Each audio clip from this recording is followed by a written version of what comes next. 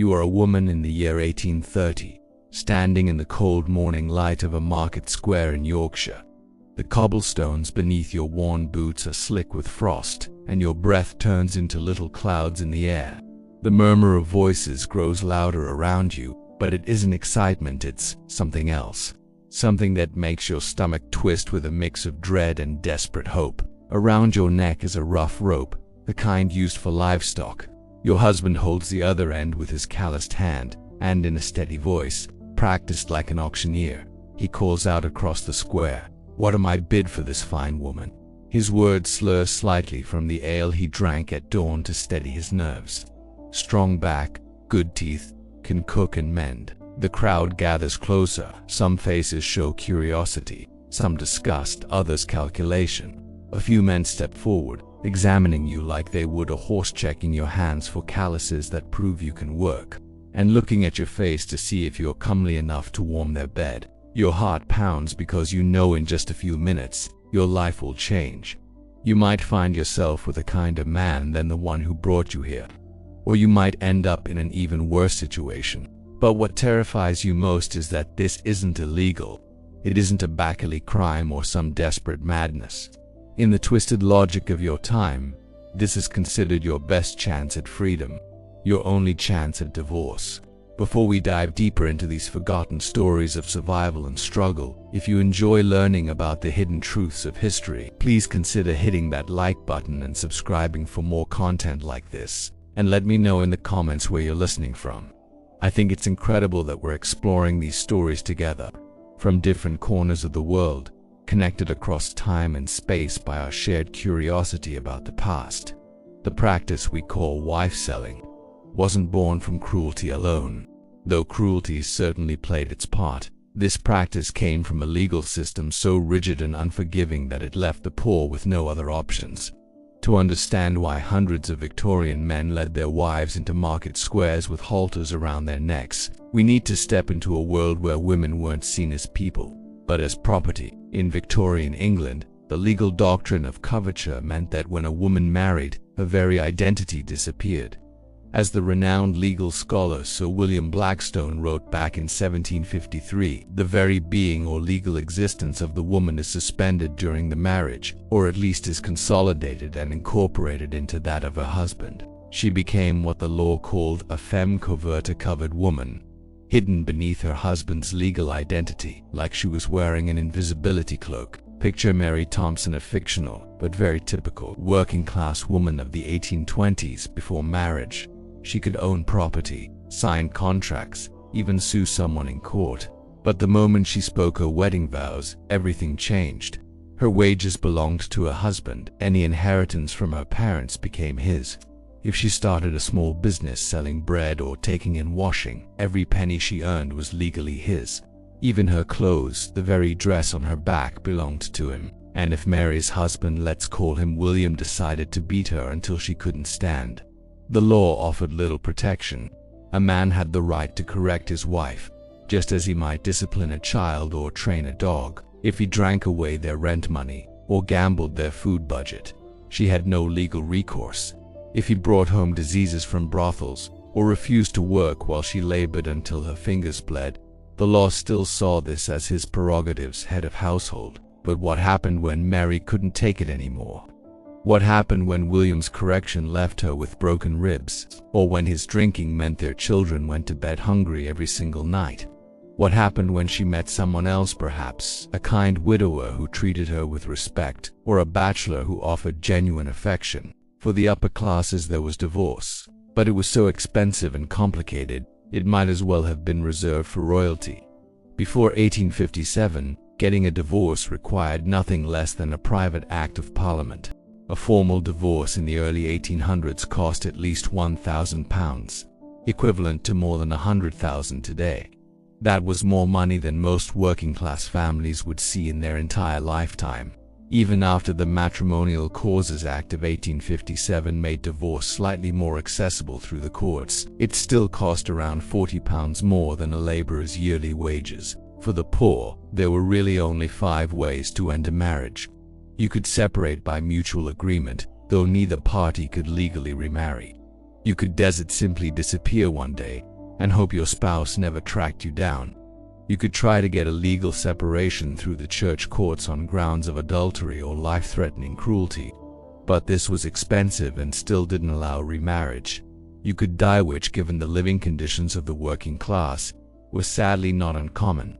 Or you could sell your wife. The practice emerged sometime in the late 17th century, born out of desperation and reinforced by folk belief. Since the law treated women as property, some reason why couldn't that property be transferred like any other?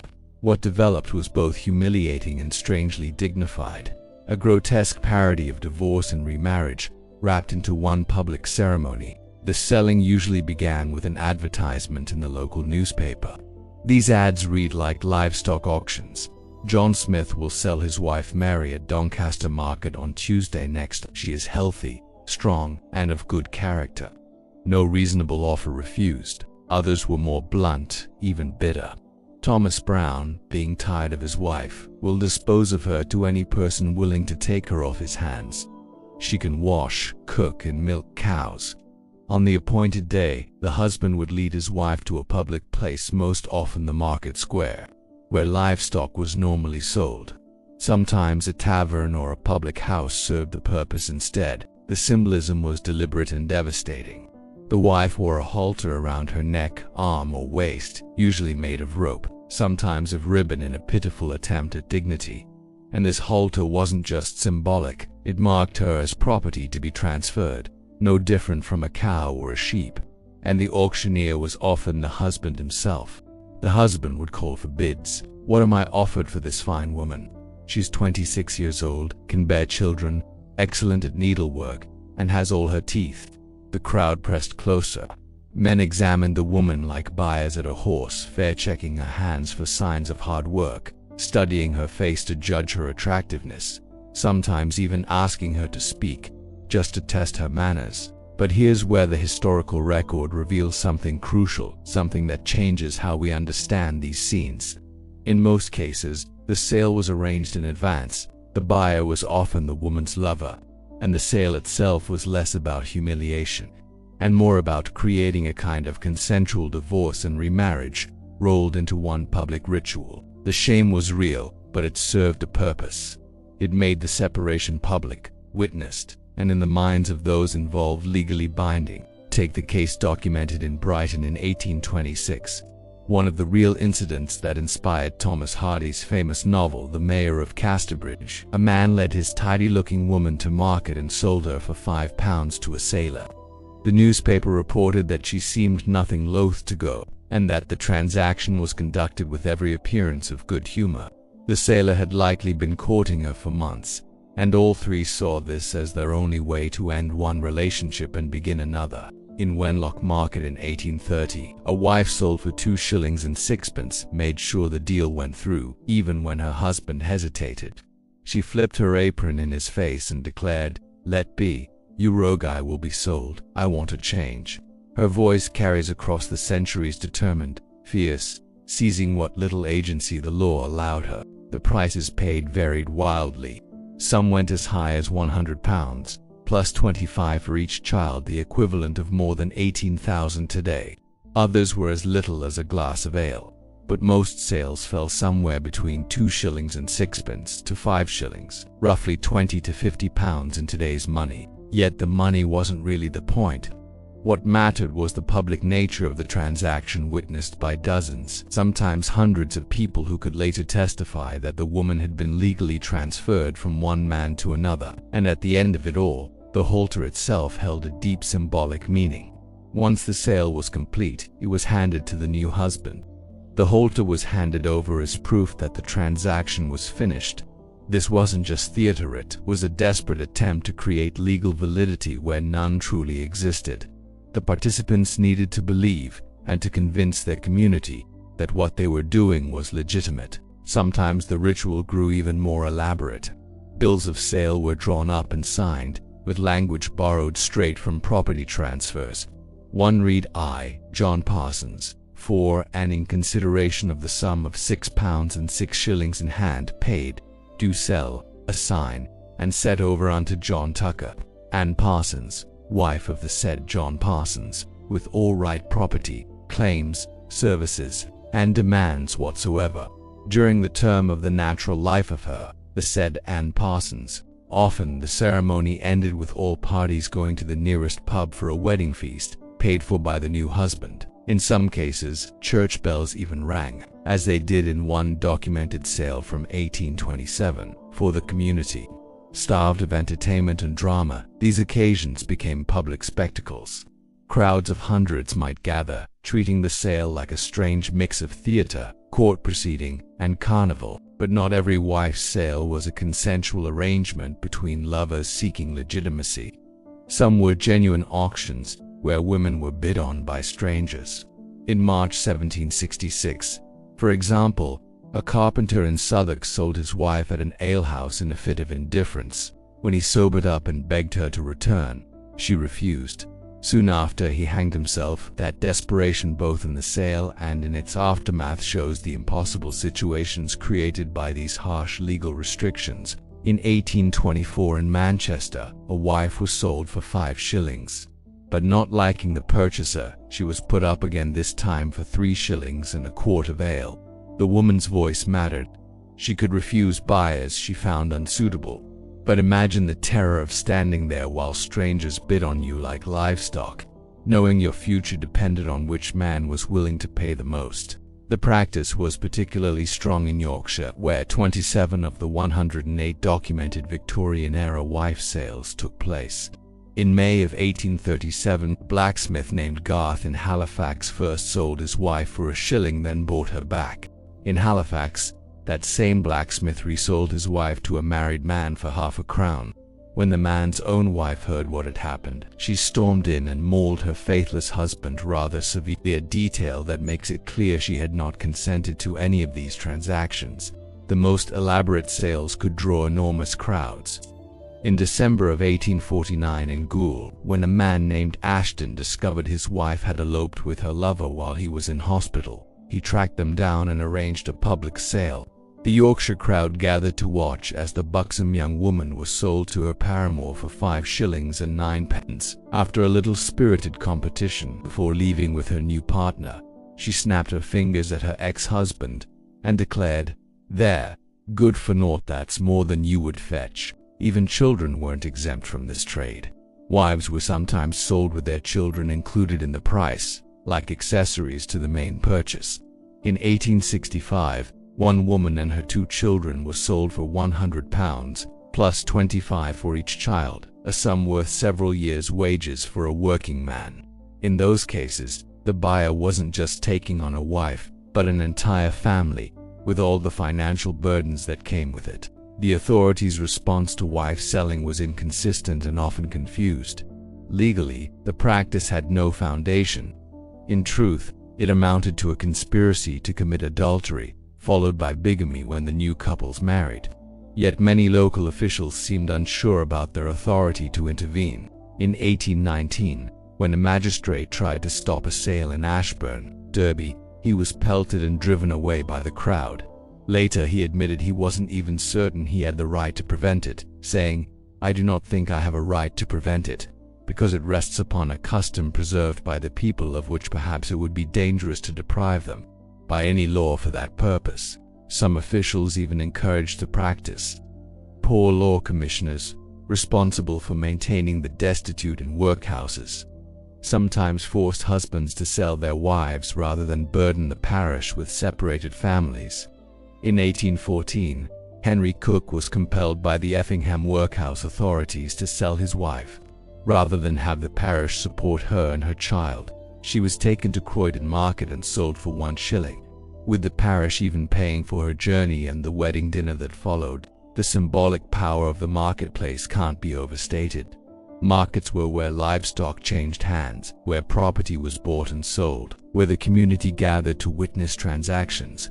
By choosing these locations, the participants were placing their personal drama into the most public commercial space available, demanding that their community witness and validate what the law refused to recognize. But the symbolism cut even deeper. The halter around the woman's neck made explicit what the law only implied, that wives were property, no different from animals.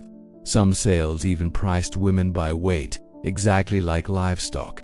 This wasn't metaphor, it was the logical extension of a legal doctrine that treated women as possessions. The practice began to decline in the 1840s as social attitudes shifted and divorce became slightly more accessible. Newspapers grew more critical, describing wife sales as disgusting and disgraceful scenes. The rising middle class, increasingly uncomfortable with what they saw as working-class barbarism, pushed for prosecutions. By the 1850s, more sales were conducted privately by deed rather than in public markets. Participants tried to maintain the legal fiction of transfer while avoiding the shame of spectacle.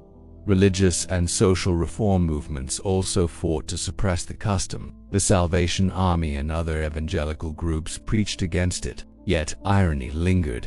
In 1889, a member of the Salvation Army himself sold his wife for a shilling in Hucknall, Nottinghamshire. Even reformers couldn't entirely escape the desperate circumstances that had once made wife selling seem like a practical solution. The last recorded wife sale in England came in 1913 when a woman testified in a Leeds police court that she had been sold to one of her husband's workmates for £1. By then, the practice was already a relicate alive, more by tradition and desperation than by any genuine belief in its legitimacy. But the deeper horror of wife selling wasn't the ritual itself. The true horror of wife selling wasn't the ritual itself, it was what the ritual revealed about the society that made it necessary. These weren't savage customs practiced by barbarians, they were the logical response of rational people, trapped in an irrational system. When the law offered no remedy for an intolerable situation, people created their own, however grotesque. The women who stood in those market squares with halters around their necks weren't just victims of cruel husbands, they were victims of a legal system that refused to recognize their humanity. They lived suspended between the fiction that they didn't exist in law, and the harsh reality that they had to find ways to survive, to escape abuse, and to seek happiness. Some found that escape through the degrading theater of wife selling. They endured the humiliation of being auctioned like livestock, because it offered something the law denied them: a second chance. For a few shillings, and at the cost of their dignity, they could legally become someone else's property.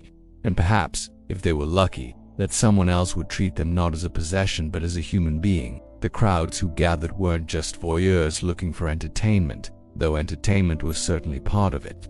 They were witnesses to a community's rough attempt at justice, a way of making public what private law refused to recognize. Arthur Munby, a Victorian diarist, recorded what he called the fine old custom.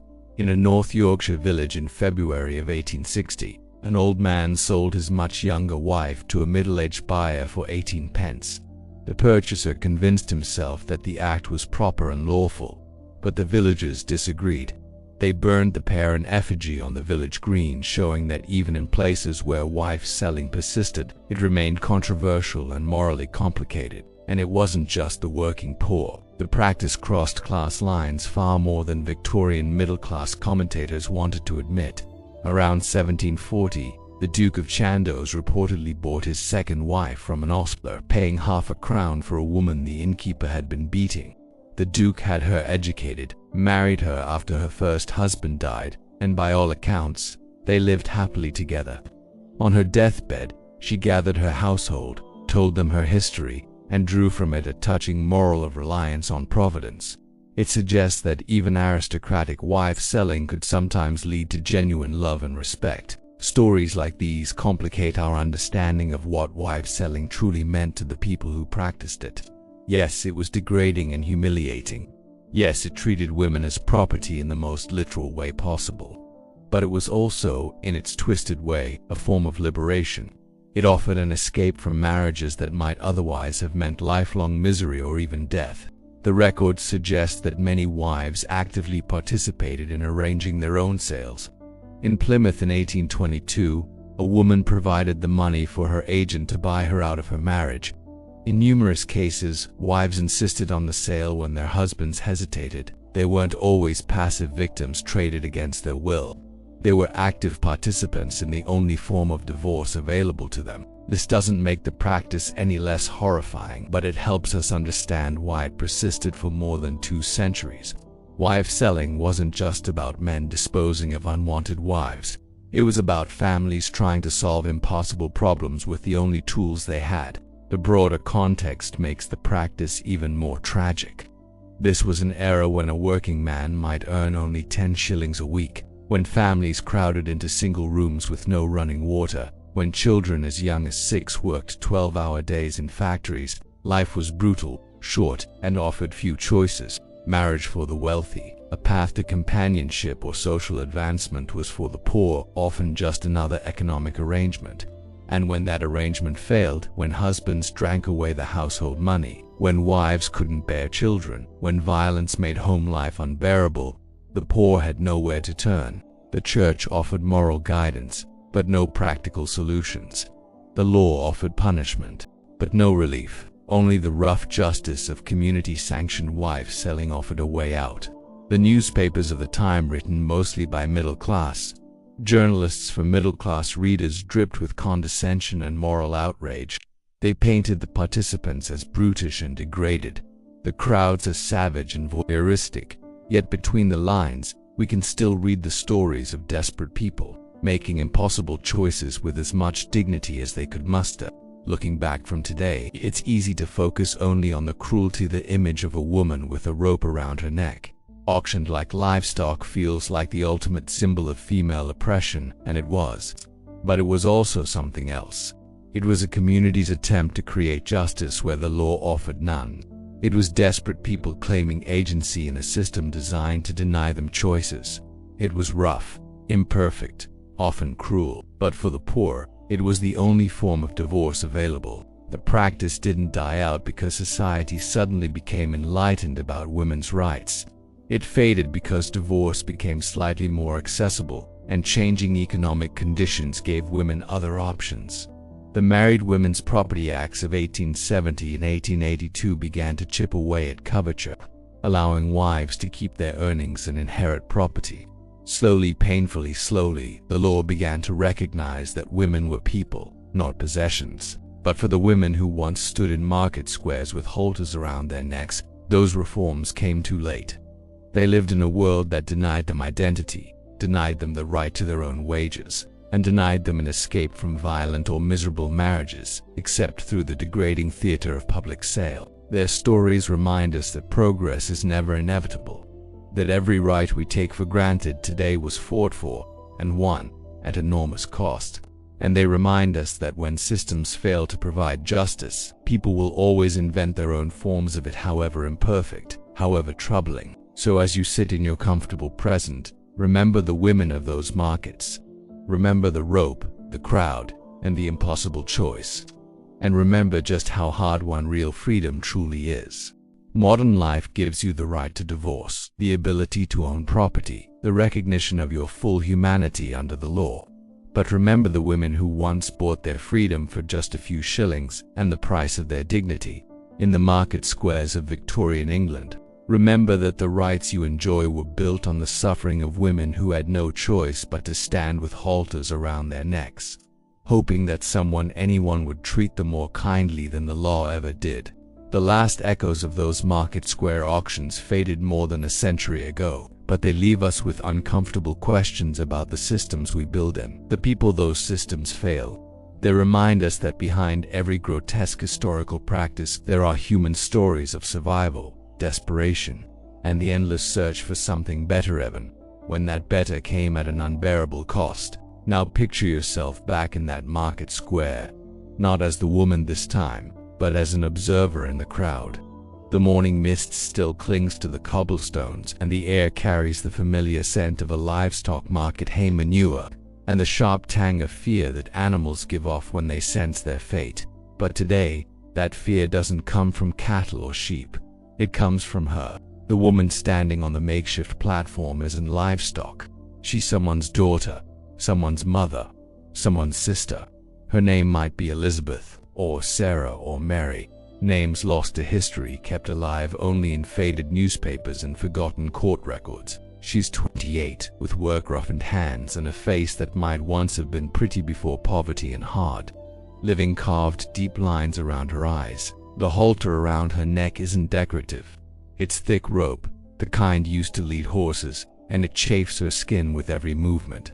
Her husband, soon to be her former husband, holds the other end. His grip is casual, practiced, as though he's done this before, but his hands still shake, just a little, from the morning ale he drank, to steady his nerves. "Come now, gentlemen," he calls out, his voice carrying across the square with the authority of an auctioneer. "What will you give for this fine piece of woman flesh? She's strong as an ox," the husband boasts, "can work 16 hours without complaint, and she's got all her teeth." He forces her mouth open with calloused fingers, displaying her teeth to the crowd like a horse trader showing off his merchandise. The gathered men press closer, their breath visible in the cold air, their eyes calculating. They're not monsters. They're farmers, laborers, tradesmen, men who understand value and practicality. They examine her hands for calluses that prove she can work. They glance at her hips to judge if she can bear children. They study her face to see if she's comely enough to warm their beds on cold nights. One man, a blacksmith with a soot-stained apron, steps forward. He pinches her arm, testing the firmness of her flesh. "She's a bit thin," he observes clinically. "Might not last through a hard winter." "What's her temperament like? Is she given to fits or melancholy?" "Sweet as a lamb when she's treated right." The husband replies quickly, never raises her voice, does exactly as she's told. Good with children to raise 3 of her own without losing a one to fever. But in the woman's eyes, we see something that contradicts his words. There's a hardness there, a sharp intelligence that suggests she's anything but the docile creature being advertised. Her lips press into a thin line, her hands, though bound, clench so tightly her knuckles turn white. She's not just a passive victim. She's a participant playing a role in a drama that might be her only path to freedom. The bidding begins tentatively. 2 shillings calls out a cattle dealer more to test the waters than from serious interest. The amount draws scoffs from the crowd. Barely enough to buy a decent meal. 2 and 6 counters a young farmer, his face flushed with a mix of excitement and embarrassment. Perhaps 25, awkward, unmarried. He sees this as his chance to acquire a ready-made household. The woman's eyes dart to him, sizing him up in an instant. Is he cruel? Does he drink? Will he beat her on Saturday nights when the ale makes him mean? In these few seconds, she is making calculations that will determine the rest of her life. 3 shillings. The voice comes from the back of the crowd. From the back of the crowd, the voice belongs to a man she recognizes, Thomas Miller, a widower who has been visiting her in secret for months. Relief floods her face so quickly that several onlookers notice, nudging each other knowingly. This isn't a random auction, it's theater performance designed to give legal legitimacy to an arrangement already made. But the young farmer doesn't understand the choreography. For shillings, he blurts out eagerly, "And I'll throw in a pig." The woman's expression shifts to genuine fear. This wasn't part of the plan. Thomas Miller frowns, steps forward, and says firmly, 5 shillings. His voice carries a warning the younger man doesn't catch. 6. The farmer answers immediately, caught up in the thrill of competition. The crowd murmurs appreciatively. This is better entertainment than they expected. The woman tries to catch her husband's eye, signaling that something has gone terribly wrong.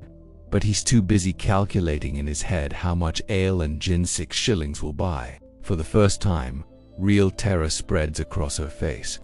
She could end up with a stranger, someone even crueler than the man she's trying to escape. 7 shillings, Thomas Miller growls through gritted teeth. It's more than he can afford, but he sees her distress and refuses to back down. The young farmer hesitates, patting his pockets. 7 shillings plus a pig would cost him dearly. He looks at the woman again, really studying her for the first time, and what he sees isn't gratitude or even resignation. It's fear, the kind of fear reserved for rabid dogs. 7 shillings and 6pence, he says at last, but his voice lacks conviction. Now the auctioneer, the husband, senses the shift. He's drunk enough to be greedy, but sober enough to feel the dangerous tension rising in the crowd. Wife selling only works with community acceptance, and crowds can turn ugly when they sense something isn't right. Going once for 7 and 6. He shouts quickly, hoping to close the auction before it spirals out of control. 8 shillings. Thomas Miller cries desperately, though everyone can see he doesn't have that kind of money. The moment stretches out like a held breath. The woman stands frozen, caught between her current misery and an unknown future, while two men bid for the right to own her as completely as they might own a horse or a table. The crowd watches with uneasy fascination, drawn in by something that is at once entertaining and deeply disturbing. Then something unexpected happens. The woman speaks. "I choose Thomas Miller," she says clearly, her voice carrying across the suddenly quiet square. "I'll go with him willingly, but I won't be sold to no stranger like a sack of grain." Murmurs ripple through the crowd, breaking into arguments. This isn't how wife selling is supposed to work. The woman isn't meant to choose. That's the whole point of the auction. But there's something in her voice, a dignity that cuts through the degradation, that makes several men nod approvingly. The last has spoken. An old man calls from the edge of the crowd. "Let her go to who she wants. This ain't no cattle market." "But I bid highest," the young farmer protests. Yet his tone is more relieved than disappointed, as though he's grateful to escape. The husband looks around nervously. He's lost control of his own auction, and the crowd's mood is shifting in ways he doesn't understand. Wife selling works only because the community accepts it as legitimate. But legitimacy depends on unspoken rules, and in this square, one rule has just become clear: the woman's choice matters. 7 shillings from Thomas Miller, the husband declares quickly, cutting his losses, and she goes willing, so there's no arguing with the bargain. Thomas Miller steps forward, coins in hand, money borrowed from 3 different neighbors. His face is flushed with relief and embarrassment. The halter is formally transferred from husband to new owner. But Thomas immediately slips it off the woman's neck and throws it aside with open disgust. The crowd bursts into applause, as if they've just witnessed the satisfying conclusion of a drama. And in many ways they have. The woman lets call her surrogacies to the crowd. She curtsies with more dignity than anyone present deserves, then takes Thomas Miller's offered arm. But as the crowd begins to disperse, the true cost of this happy ending becomes clear. Sarah may have escaped one bad situation, but she is now bound to Thomas Miller just as completely as she was to her first husband. If Thomas turns cruel, or if drink consumes him, she will have no more recourse than before. She has simply traded one form of legal slavery for another, hoping her new master will be kinder than the old one. The young farmer who nearly bought her watches them go, his feelings mixed. He's disappointed, lonely enough to have thought that purchasing a wife might solve his problems. But he's also disturbed by what he's just witnessed. He'd never truly considered what it would mean to own another human being, not bound by love, nor by mutual benefit, but by a legal fiction that reduced her to property. Meanwhile, Sarah's former husband pockets his 7 shillings and heads for the nearest tavern, already calculating how many drinks it will buy. He feels a confusing mix of relief and loss. Sarah had been a burden, another mouth to feed, another voice making demands on his meager resources. But she had also been the only person in the world who cared whether he lived or died, even if that care was tangled with fear and resentment. This scene is fictional, but it's built from dozens of documented cases that followed remarkably similar patterns. The reality of wife selling was both more complex and more heartbreaking than the simple narrative of men disposing of unwanted wives suggests. Take the case of Mary Ann Price, sold in Merthyr Tydfil in 1837. The newspaper described her as a young woman of prepossessing appearance, led into the market with a new rope tied around her waist. She was sold to a man named Lewis for 4 shillings and 6pence. The report makes it sound straightforward. Even agreeable, Lewis was described as her sweetheart, and the sale conducted with the apparent satisfaction of all parties. But buried in the same account are details that suggest a much deeper, more troubling story. Mary Ann's husband was described as a Calera coal miner, much addicted to drink. Her sale took place during a period of severe economic depression in the Welsh mining districts, when families struggled to survive on reduced wages and irregular work. For Mary Ann, the choice to be sold was likely no choice at all, between starvation with a drunken husband, or survival with a man who could provide for her. But not every case followed so neatly. Consider the far more disturbing example from Carlisle in 1832. A woman was put up for sale by her husband, but she refused to accept any of the bidders. The crowd grew hostile as she rejected one man after another, until the situation became so tense that the local magistrate stepped in to prevent violence. Eventually, she was knocked down to a man she had never met for 3 shillings. But she refused to go with him. The sale was declared invalid, and she returned to her husband. What became of her afterward was never recorded. These cases reveal the fundamental contradiction at the heart of wife selling. On the one hand, the practice depended on the legal fiction that women were property transferable like livestock or land. On the other hand, it depended just as much on the woman's consent for the community to accept it. A wife clearly being sold against her will often stir sympathy, even intervention, from crowds who might otherwise treat the spectacle as entertainment. The geographic spread of wife selling also tells us something important about the conditions that made it seem necessary. Yorkshire, with its industrial towns and rural poverty, saw the highest number of documented cases. The practice was far less common in the more prosperous south and almost unknown in Scotland, where different legal traditions offered other options for unhappy couples. In the industrial north of England, where rapid economic change was breaking down traditional social structures, wife selling emerged as a way of adapting old customs to new realities. Factory work meant families were no longer single economic units laboring together on farms. Husbands and wives might now work in different industries, on different schedules, and build separate social networks. When marriages failed under these new pressures, traditional remedies like family intervention or community mediation were often no longer available. The halter, so central to wife selling, revealed the deep connection between this practice and livestock trading, but it also served a practical legal purpose. Under English common law, several methods of transferring property were recognized, and one of the oldest was called livery of season, the physical handling of goods in a public space. By using a halter and staging the sale in a marketplace, participants were invoking legal traditions that stretched back to medieval times. The halter also carried a heavy psychological weight. For husbands, it made explicit what the law already implied, that their wives were property, to be disposed of at will. For buyers, it symbolized their new rights and responsibilities. And for the women themselves, the moment the halter was removed often marked their psychological transition from one household to another. Some of the most elaborate wife sales involved multiple transfers of the same woman.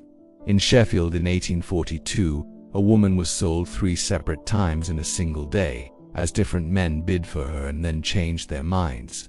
Each time she had to endure the humiliation of being examined like an animal, only to find herself back on the auction block when the deal collapsed. By the 3rd sale, the newspaper reported, she broke down in tears, her dignity stripped away by the endless cycle of bargaining and rejection. These multiple sales exposed the fundamental instability of the system. Because wife selling had no real legal foundation, there was no way to enforce the contracts or resolve disputes. A buyer who regretted his purchase could simply return the woman and demand his money back, and a woman trapped in a cruel or intolerable situation had no legal recourse except to beg her new husband to sell her again. The children of sold wives occupied a particularly tragic place in these arrangements. Sometimes they were included in the price of the sale, treated like accessories to the main purchase.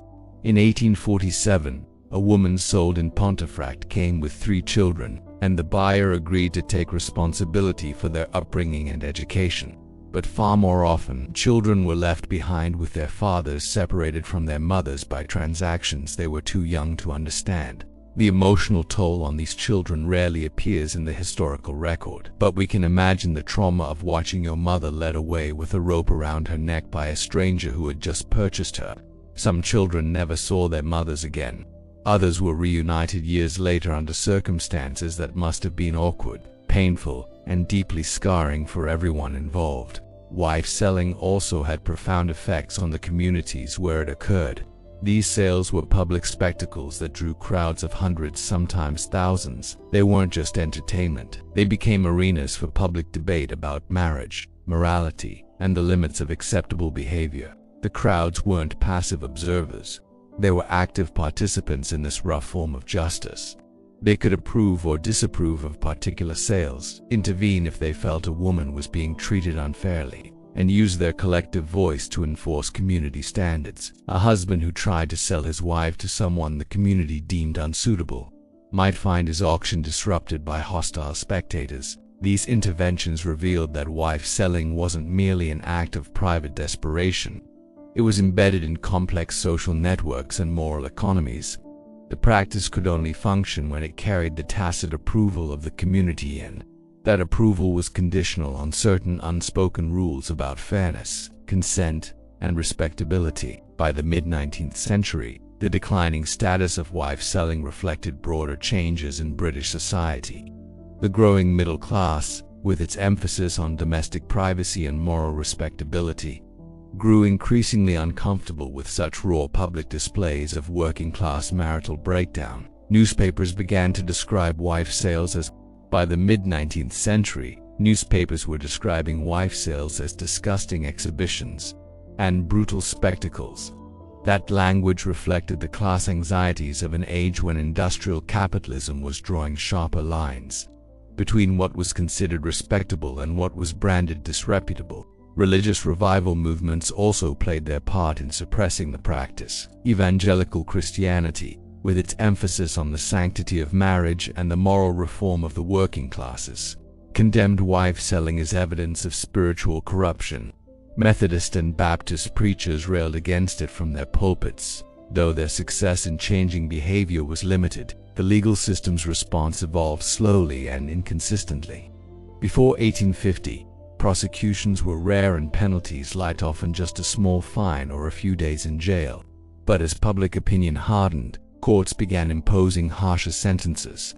By the 1860s, men convicted of selling their wives could face 6 months in prison, and buyers risked charges of conspiracy to commit adultery. Still, prosecutions were difficult. Participants had every incentive to deny that money changed hands, or to insist the ceremony was a joke, nothing more than theater. Juries, often drawn from the same working-class communities where wife selling was still familiar, if not exactly approved, were reluctant to convict people for what they saw as rough attempts to solve impossible problems. Even as the practice declined, wife selling took on a new cultural life in the music halls of the mid-19th century. Popular songs like The Sale of a Wife turned the ritual into comedy, the husband a fool, the wife a shrew, the buyer a dupe. The humor sanitized the desperation and humiliation of the real thing, transforming it into light entertainment for middle-class audiences. But its persistence in popular culture reveals something deeper. Wife selling spoke to anxieties about marriage, property, and gender relations, anxieties that didn't vanish when the ritual itself became unacceptable. Music halls, songs, penny novels, and later cinema all continued to return to these themes: marital breakdown, power, dependence, and the uneasy line between love and ownership. And the practice wasn't confined to England. English settlers carried it across the Atlantic to the American colonies, where it persisted well into the 19th century. Colonial court records document cases from Connecticut to South Carolina, showing just how adaptable the custom was to different social and economic conditions. In some American contexts, wife selling even became more commercialized than in England, with formal bills of sale and advertisements printed in local newspapers. The French, meanwhile, were fascinated by the practice, seeing it as proof of British barbarism and moral corruption. French newspapers regularly reported on English wife sales, often exaggerating details for dramatic effect. Political cartoons mocked John Bull, leading his wife to market like a cow, using the custom as a symbol of English brutality and cold commercialism. This international spotlight deeply embarrassed the English elites. At a time when Britain was trying to present itself as the leader of European civilization and moral progress, the idea that Englishmen were routinely selling their wives like livestock undercut the entire Victorian ideal of domestic respectability and female virtue. Government officials began pressuring local magistrates to crack down more vigorously. And then there was alcohol. Its role cannot be overstated. Many sales began in taverns. fueled by drink and male camaraderie that made the degradation of women seem acceptable or even amusing. Often, the ritual ended with all parties drinking together to celebrate the transaction, which helped normalize what might otherwise have seemed shocking or cruel. Alcohol also provided a convenient excuse for men who later regretted their actions. Several documented cases describe husbands who sold their wives while drunk, then tried to reclaim them once sober. The courts, however, generally refused to recognize these post-sale regrets, treating wife selling as a binding contract regardless of the seller's mental state. Finally, the economic dimensions of wife selling become clearer when we set it alongside other working-class survival strategies. In communities plagued by chronic unemployment and wages barely sufficient for survival, marriage itself was often an economic necessity. For the poor, marriage was often less a romantic choice than an economic one. Women needed male protection and support. Men needed domestic labor and childcare. When these fragile partnerships collapsed, wife selling offered a way to rearrange resources and responsibilities. The prices paid for wives reflected these economic calculations.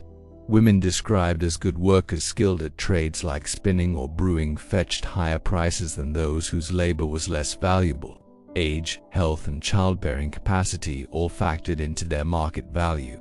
Everyone present understood exactly what was being bought and sold, not just a woman, but her labor, her fertility, and her domestic skills. The documents that survive from these sales reveal more than transactions. They give us glimpses into working-class life and values. Newspapers noted women's clothing, their appearance, their skills, their temperaments. They recorded words spoken at the auctions, preserving fragments of working-class speech and attitudes rarely captured anywhere else. There was also an etiquette to wife-selling rules that governed how it was done. There were proper venues, like market squares, proper times, accepted forms of payment.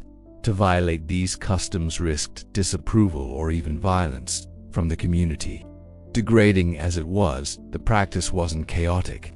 It followed rules that everyone understood and, in general, respected. The decline of wife selling after 1850 wasn't just the product of law or morality. Economic changes were making it less necessary and less practical.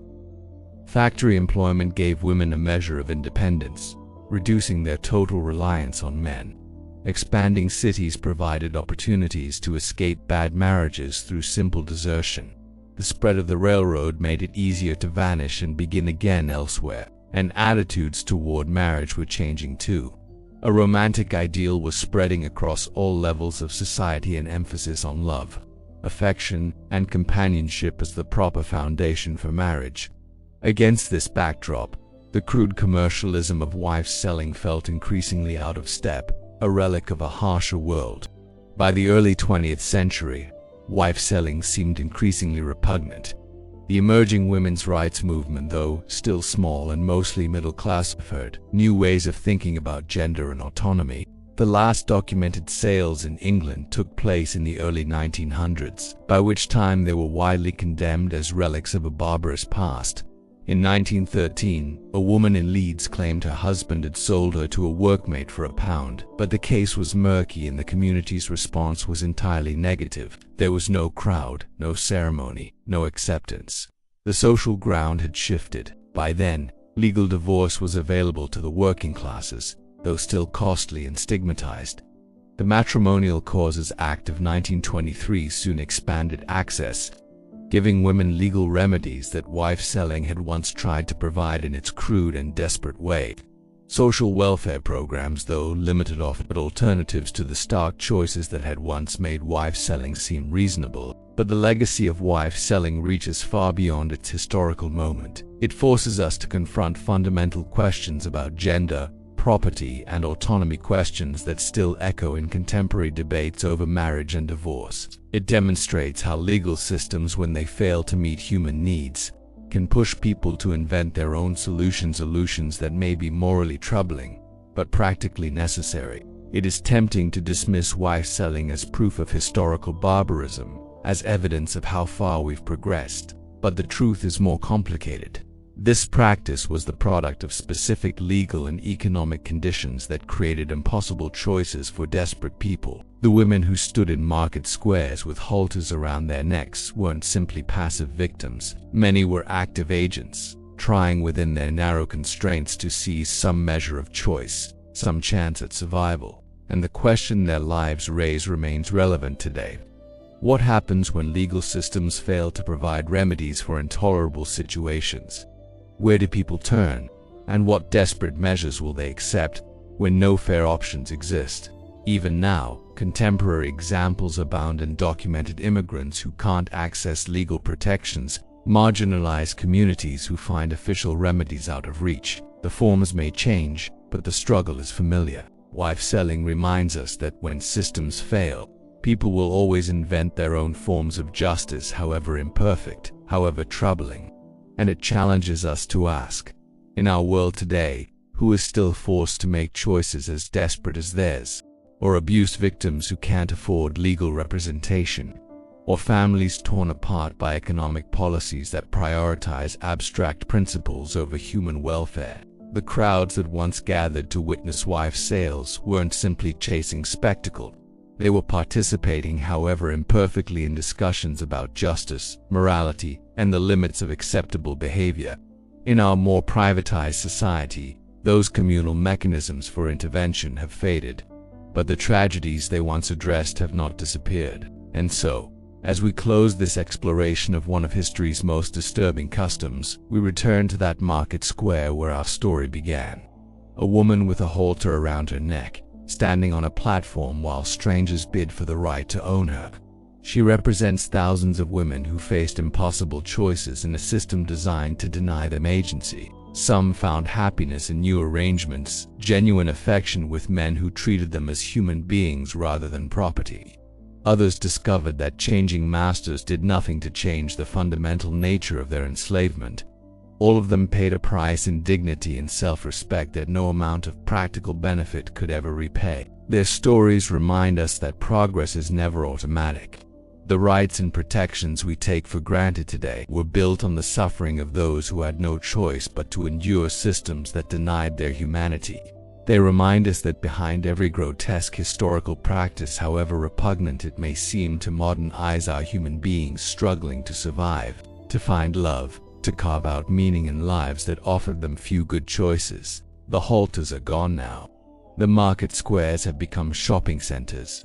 The laws that once treated women as property have been reformed, but the deeper questions remain.